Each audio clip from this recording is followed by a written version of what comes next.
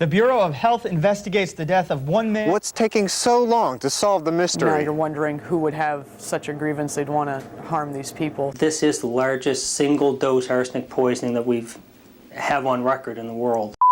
In 2003, ABC7 covered the story that shocked the nation.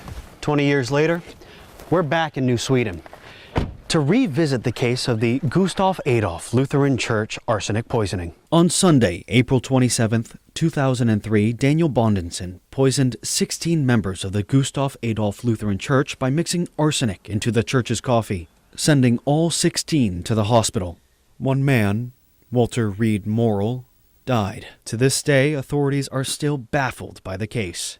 At that point, we didn't have any idea what the hell this was about. Brian Strout was one of the detectives who covered the case, and he says it's one he could never forget. I just remember thinking, man, why would somebody think to do something like this?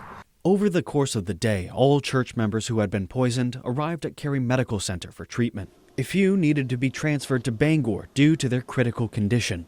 Dan Harrigan was one of the ER doctors who treated the victims. I said to her, "Is he all right?" And she said, "Bad coffee at the Lutheran Church." Harrigan says all of the victims exhibited similar symptoms of vomiting and diarrhea, but with limited knowledge, they weren't immediately able to find the cause.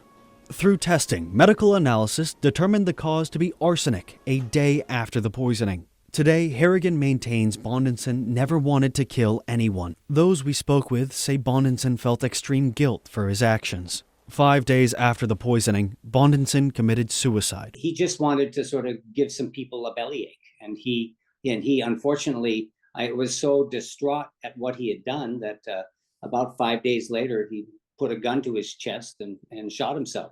He had left some correspondence kind of explaining what went on, and as I remember, I was told the note was kind of exonerating his sister and more taking the blame himself. In the years after the poisoning, Morrill's family and his community are keeping his legacy alive. The year after his death, a leaf was added to Kerry Medical Center's Tree of Life. Just last year, the Jefferson Carey Foundation partnered with Morrill's family to create the Walter Reed Morrill Memorial Scholarship, an annual scholarship that is awarded to local students going into the nursing field.